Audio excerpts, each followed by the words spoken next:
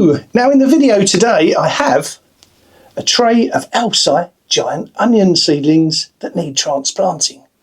I also have 3 different types of compost. And I have a question.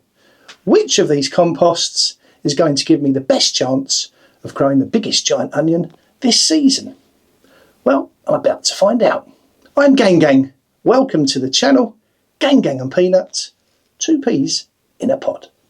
So the first compost I'll be trying is the Sylva grow, and it's with added John Innes, and as you can see it's 100% peat free. It's been recommended by the Royal Horticultural Society and it is a professional quality. Okay, let's have a look. Now that has a lovely texture to it, and apparently it contains sterilised loam, and the loam is a silt and a clay and a sand mixture. I should think this is going to drain very well. The other thing is that it's sterilised loam. That should help in the future to control any pests that may appear, because a lot of them are in the soil already.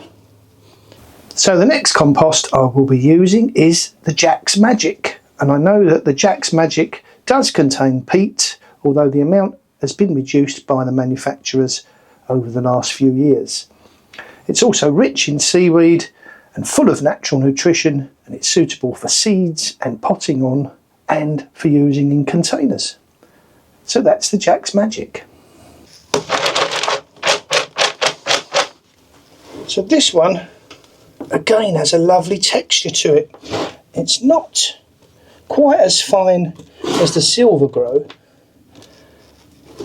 but it does look like a lovely compost, and it does smell really good.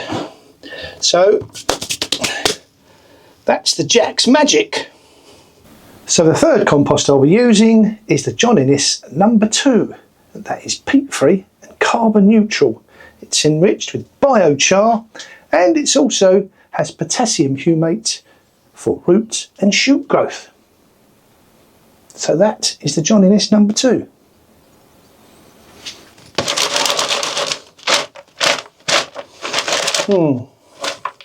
Quite a few woody bits in that one.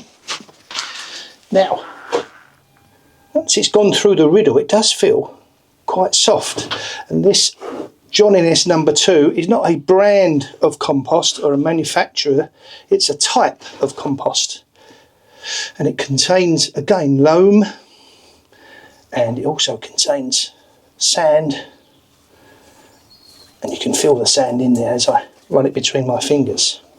So that's the John Innes No2. Let's plant some of these seedlings, shall we? So now I've got each of the composts sifted and put into a different tray. I'm going to add a couple of scoops this size of vermiculite to each of the mixes. I'm going to then fill one of these 6-cell trays, and I'm going to plant the seedlings. Simple.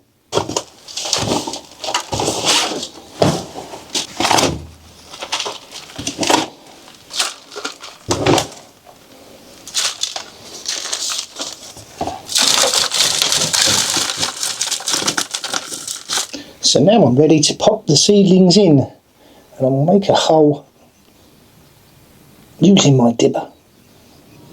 Now when you're handling these seedlings, you have to handle them with extreme care because the roots are very, very fragile. So I'll pop that in the hole, push some of the soil around that root, and that should be fine.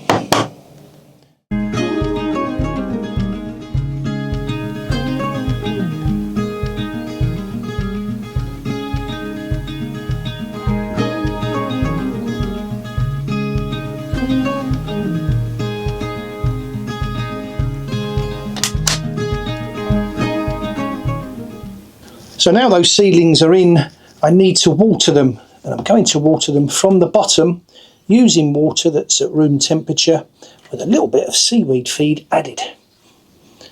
And in about 10 minutes that would have absorbed up, and then when I lift it out it should drain out through the bottom, and that should draw the compost around the roots of these little seedlings.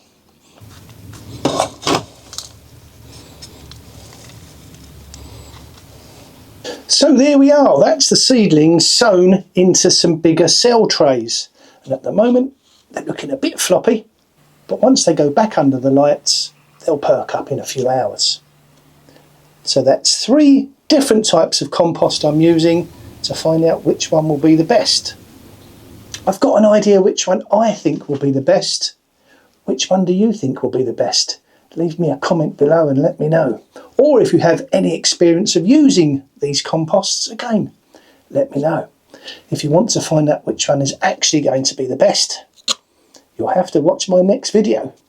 So click the subscribe button, come along and join the channel, see how we get along.